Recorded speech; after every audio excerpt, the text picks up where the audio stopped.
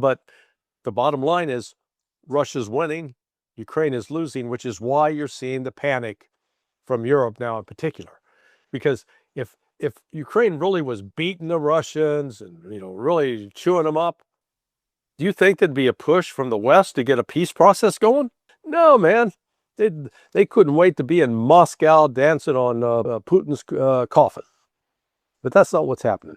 Yeah, I think this is often ignored in the West, that the war has changed its dynamic since February of 2022. That is, initially people forget the Russians went in, with 100,000 men.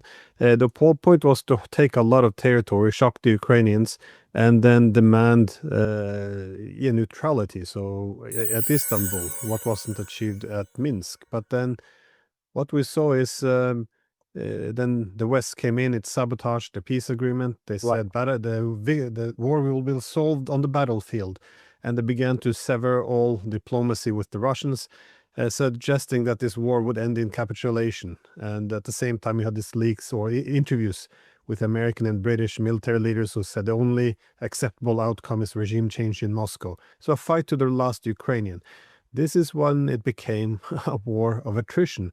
And at this point in time, I think that 100,000 men spread over huge territory in Ukraine were massively exposed. So the Russians did a sensible thing. Again, this isn't primarily about territory.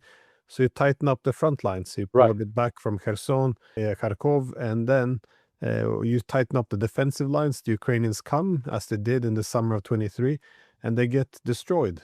And meanwhile, while they're defending this, they're building up a massive army in the rear, getting the industrial production up on weaponry.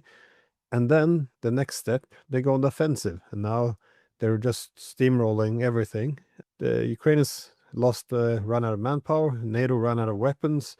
But the problem is, I think, in the West, we created a narrative because we wanted to fight to the last Ukrainian. We had to keep optimism. So the Russians went in. Then we decided not to take this peace. We would stand up to them. And then, wouldn't you believe, the Russians were just falling down. And, when they pulled out of Kherson and Kharkov, it's because, we just fight better than them. And the Russians are backwards. So we create this, victory narrative. And now we're at this very awkward position where we've been screaming we're winning for almost 4 years, and our Ukrainian proxy is about to collapse, and European leaders don't know what to do except but to escalate.